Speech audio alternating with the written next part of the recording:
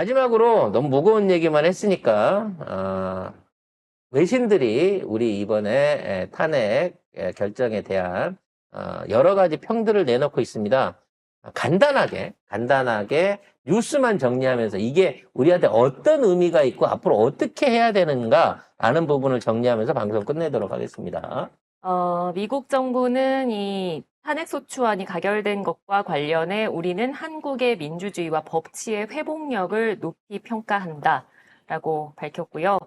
NSC가 한미동맹은 굳건하며 미국은 한반도의 평화와 안보를 위해 헌신하고 있다. 미국 국민은 한국의 국민들과 계속해서 어깨를 나란히 할 것이다. 이렇게 이야기를 했고요.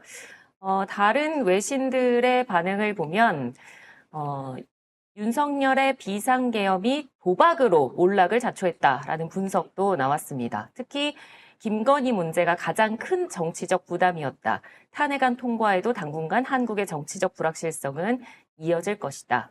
라는 이야기도 나왔습니다. 그래서 나는 이 윤석열의 이 모질한 탄핵이 현재 김건희의 국정 관련한 그 명태균 리스크를 잠시나마 덮어놓고 그걸 나중에 내전 내진 3차 대전 상황으로 확대를 시켜가지고 자기가 젤렌스키가 되고 싶었던 김건희의 욕심에서 비롯됐다라고 저는 감히 주장을 하고 싶습니다. 애초에 제가 이 방송을 시작하면서 줄리를 그렇게 어설픈 돌려깎은 공작새로 보면 안 된다. 얘는 대선 출마를 하고 지가 집권을 하겠다고 하는 대통령이라고 하는 플랜을 갖고 있는 사람이다라고 2년 전부터 얘기를 했습니다. 그때 여러분들이 또는 우리 방송 스태프들을 비롯한 직원들이 웬 또라이 소리냐 그러고 저를 그렇게 사석에서 비난했던 걸 기억하고 있습니다. 네. 지금 기억하시는 우리 문희정 아나께서는 어떻게 생각하십니까? 그때 저의 예상이 지금 어느 정도 현실화되는 데 대해서. 기억이 나지 않습니다. 좋은 발언입니다. 네. 그래서 많은 분들이 물어봐요. 신내렸냐? 라고 물어보는데, 저는 이미 김건희가 법무장관, 검찰총장 부인 때부터 본인의 타겟을 정해놓고 그 그림으로 저는 살아왔다고 생각을 합니다.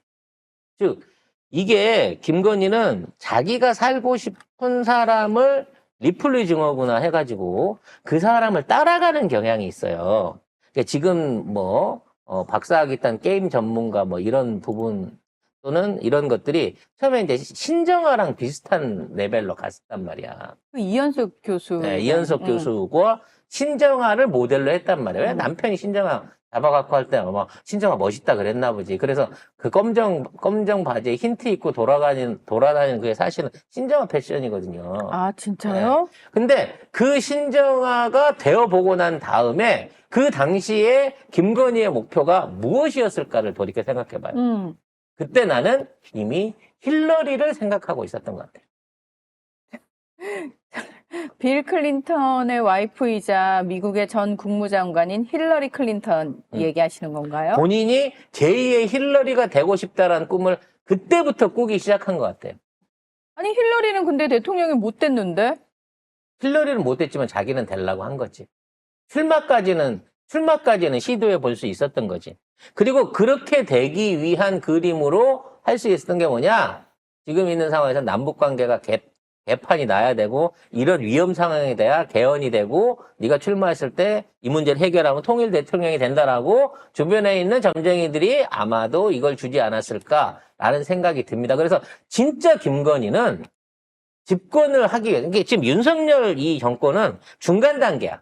이 단계를 지나서 자기가 직접 대통령으로 집권을 할 수 있는 플랜들을 그동안 꾸준히 세워왔었고 준비를 차근차근 해온 게 아니었나라는 생각을 하게 된다는 거죠. 물론 과대망상으로 생각할 수 있습니다만 원래 얘는 과대망상을 이루어가는 걸로 일생을 살아온 놈이에요. 너무 내가 그 욕망을 잘 알거든. 내 경쟁자가 누구예요?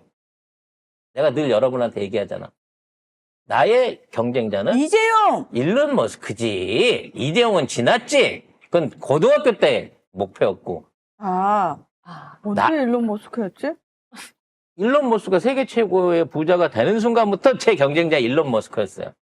그래서 항상 일론 머스크를 쫓아가기 위해서 지금 늘 사업을 하기 위해 노력하고 있잖아. 김건희도 똑같은 거였을 거라고 저는 생각을 합니다.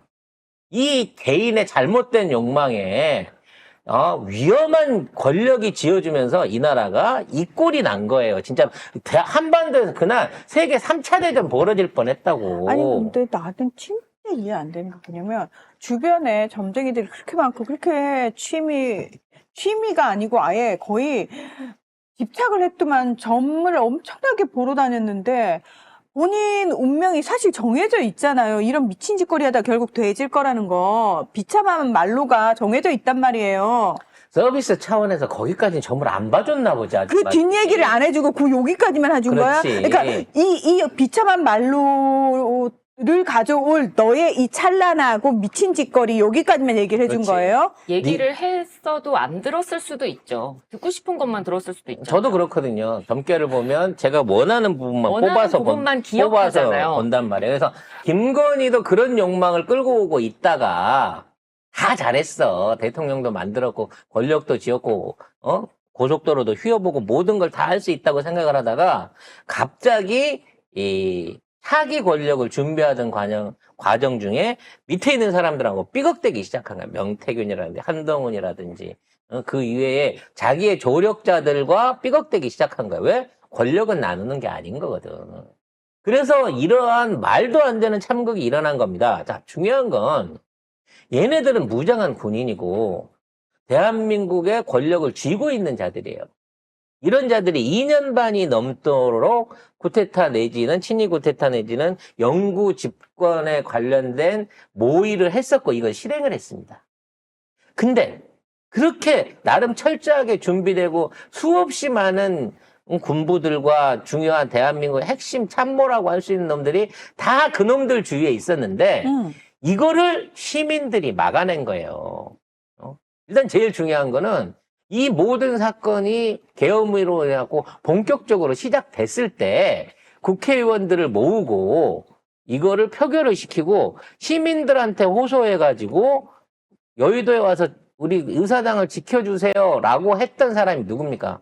이재명 1인뿐이었어요. 네, 이재명 대표. 처음에 계엄령이 발표되고 나서도 처음에 한두 시간 가까이는 그에 대한 보도라든지 YTN 말고는 제대로 보도하는 데도 없었고 이와 관련된 어떤 시민들의 참여라든지 이런 것들을 독려할 수 있는 채널이 전혀 없었습니다.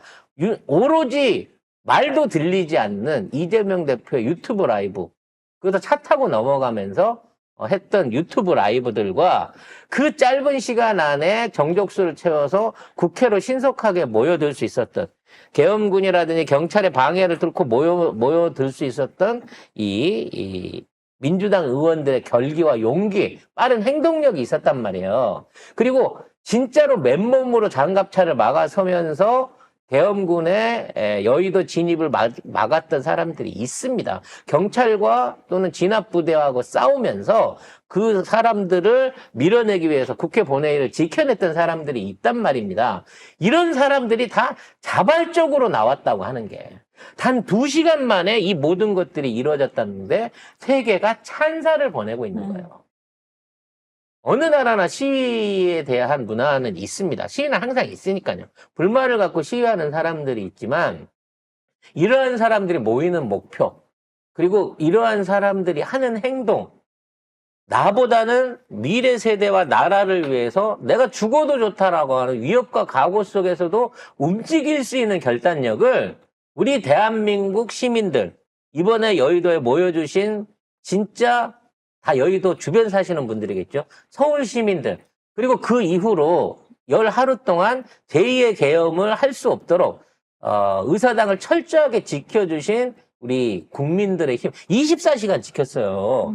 이 국민들의 힘이 지금 이 사태를 페스티벌로 만들어냈다는 겁니다. 뭐 아파트 응원가로 한다. 응원봉을 힘들면서 시위를 한다. 그게 중요한 게 아니야. 물론 눈으로 보기에는 알록달록하고 이쁘고 아름답지. 촛불 집회보다 진짜 촛불 들고 있는 거 훨씬 들뜨럽고 색깔도 이쁘고 사람도 많이 보이고 좋아. 근데 그게 중요한 게 아니라 그거를 할 수 있는 이렇게 촛불 집회처럼 나올 걸 대비해서 전애들이 2년 반 동안을 꾸며왔던 수작질에도 불구하고 그거를 막아낸 시민의식이 대한민국 사람들한테 있었다는 거예요.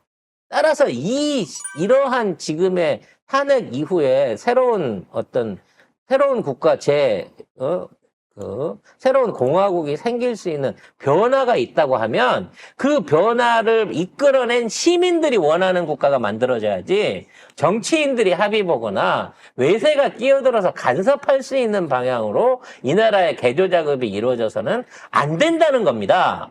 따라서 탄핵은 됐지만 인용이 되고 처벌이 되고 그 이후에 새로운 나라를 만들어서 과거의 적폐를 정리할 때까지 우리 시민들은 절대 게으러서는 안 되고 잠들어서는 안 되고 지키고 깨어있는 상태로 참여해야 된다라는 더 무거운 말씀을 드리면서 우리 지난 3일 동안의 환상적이었던 탄핵의 밤에 대한 방송을 마무리 지을까 합니다.